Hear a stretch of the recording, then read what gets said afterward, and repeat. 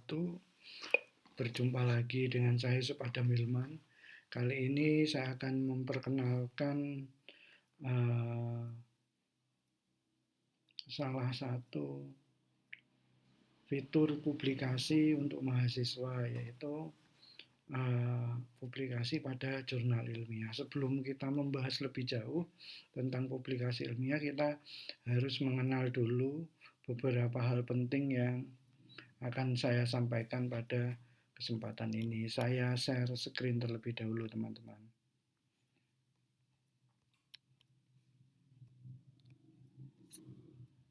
Oke, jadi kita akan berbincang tentang akses publikasi di skripsi maupun jurnal.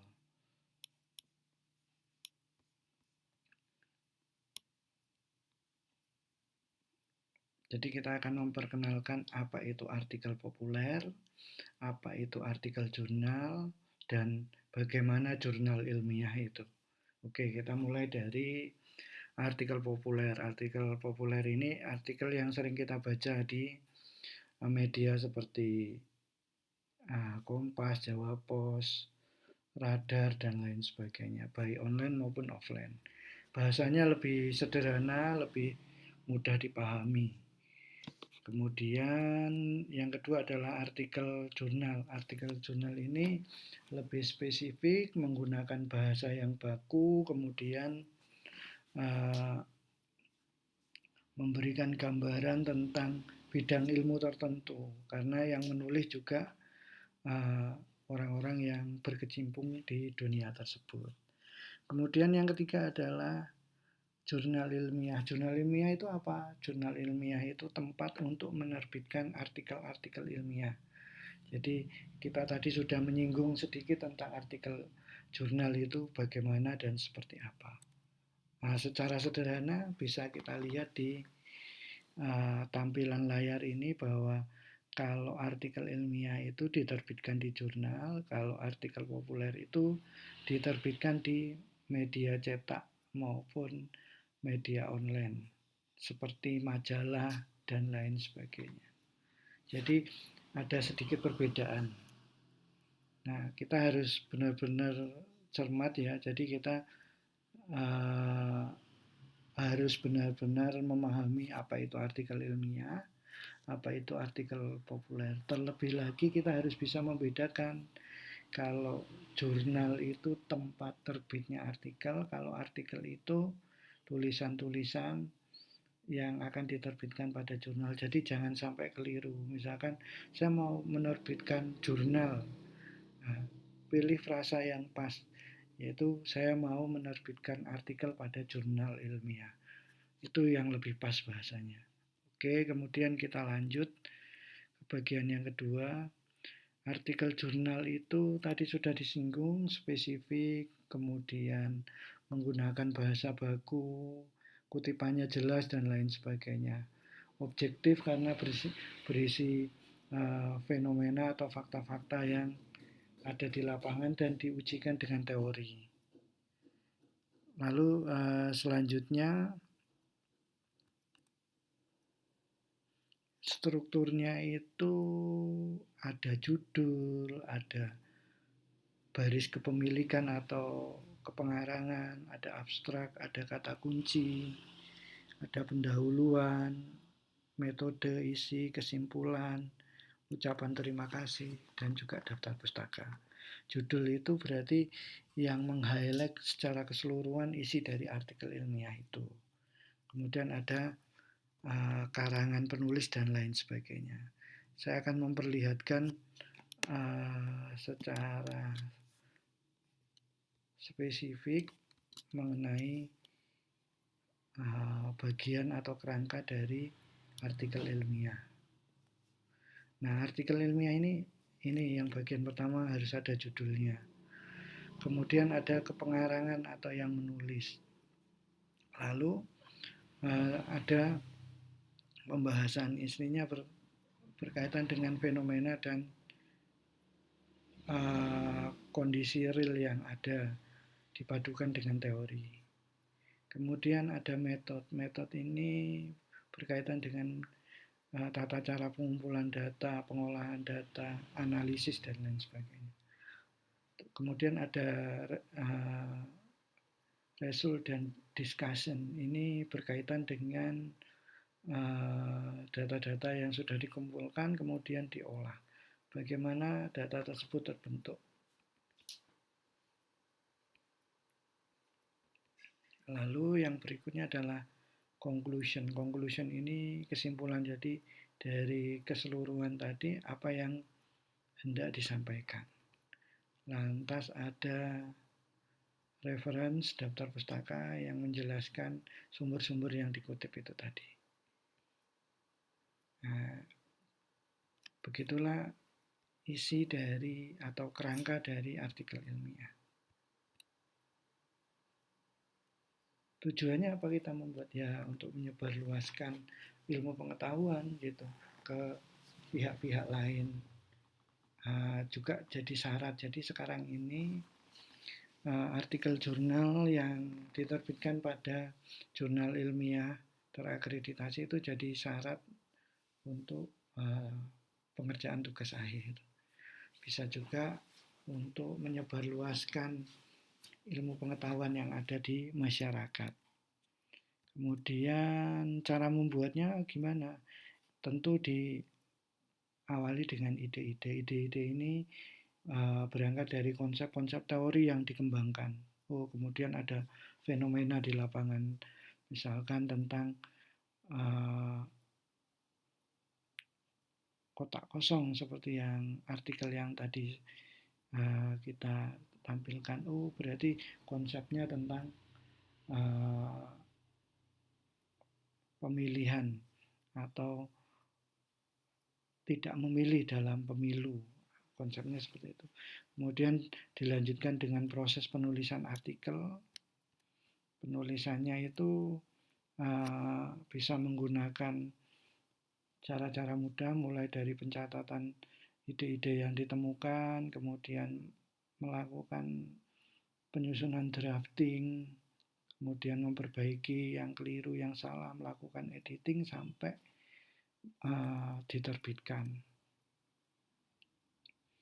Kemudian disesuaikan dengan template tadi, seperti yang digambarkan tadi, template-nya bagaimana, seperti apa kerangka dari artikel itu. Kemudian sumber-sumbernya bisa kita cari dari Google Scholar gitu. Kita bisa mencari artikel-artikel dari Google Scholar untuk pendukung referensi. Misalkan tentang kotak kosong. Nah, kita nanti bisa menemukan beberapa kajian tentang kotak kosong ini.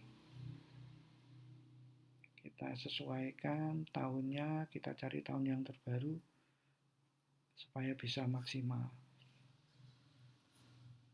Kemudian cara berikutnya bisa menggunakan DOHJ.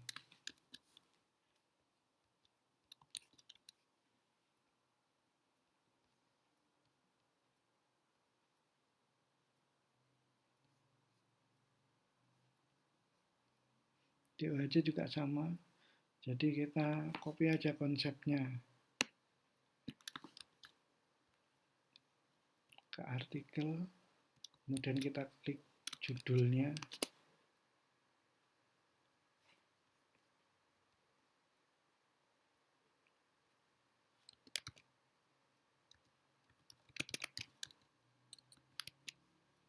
Kita pilih titelnya, misalkan kita searching, nanti kita akan menemukan yang cocok. Ada 5 ternyata. Kita bisa pilih dengan membuka tautan tersebut.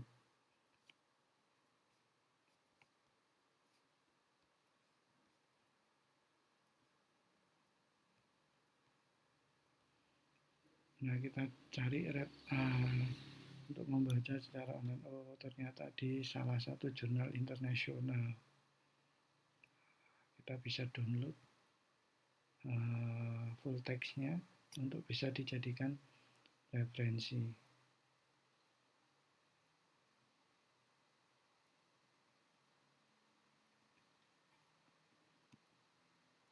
Ambil PDF-nya. Nah, ini yang kita masukkan ke Mendeley, teman-teman. Jadi bisa lebih spesifik.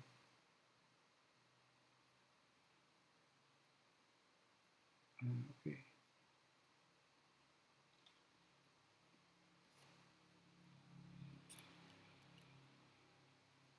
Nah, kemudian kita mulai mencari, kalau artikelnya sudah jadi, kita mulai mencari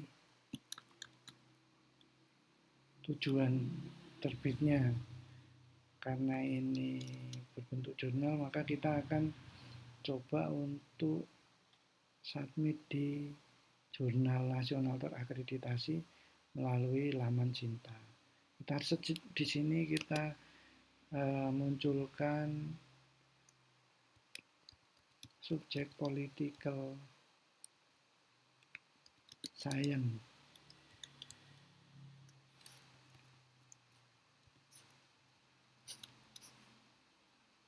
Nah, ini sudah ketemu beberapa jurnal. Ada 2 jurnal yang berkaitan dengan political science.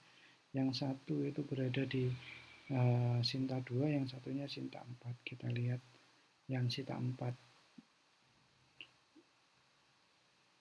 Kita sudah menemukan, kita telusur di websitenya.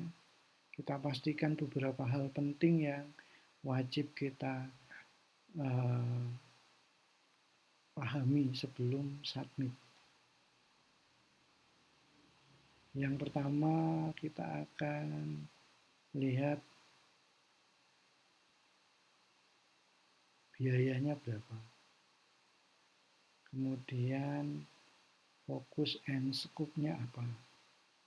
Kita mau di sini sudah ada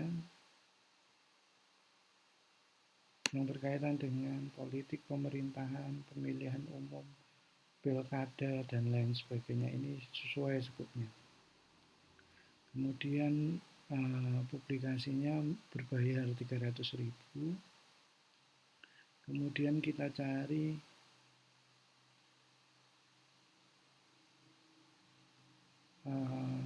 frekuensi terbitannya, atau 1 tahun itu berapa kali terbitnya. Nah, kita perlu tahu karena biasanya kalau mahasiswa itu dia harus menyesuaikan dengan periode wisuda dan juga ujiannya supaya sesuai. Di sini dijelaskan, kalau kita langsung ke bagian archive. Archive-nya ini berarti terbitnya Januari dan Juli. Nah, ini bisa kita sesuaikan. Jadi nanti akan ada proses review, kemudian revisi, dan lain sebagainya yang sesuai dengan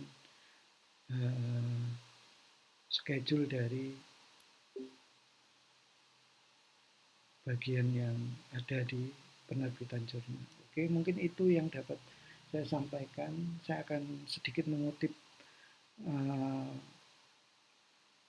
pendapat dari Pramudia Ananatur.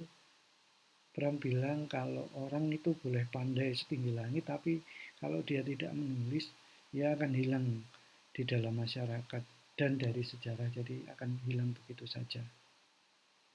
Makanya menulis itu adalah kerja keabadian.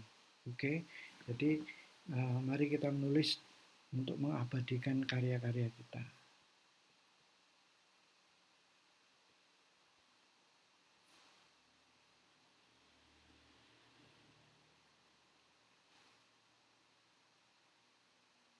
Terima kasih, mungkin itu saja yang dapat kami sampaikan. Sampai jumpa lagi. Saya akhiri bila bisa bilhat. Wassalamualaikum warahmatullahi wabarakatuh.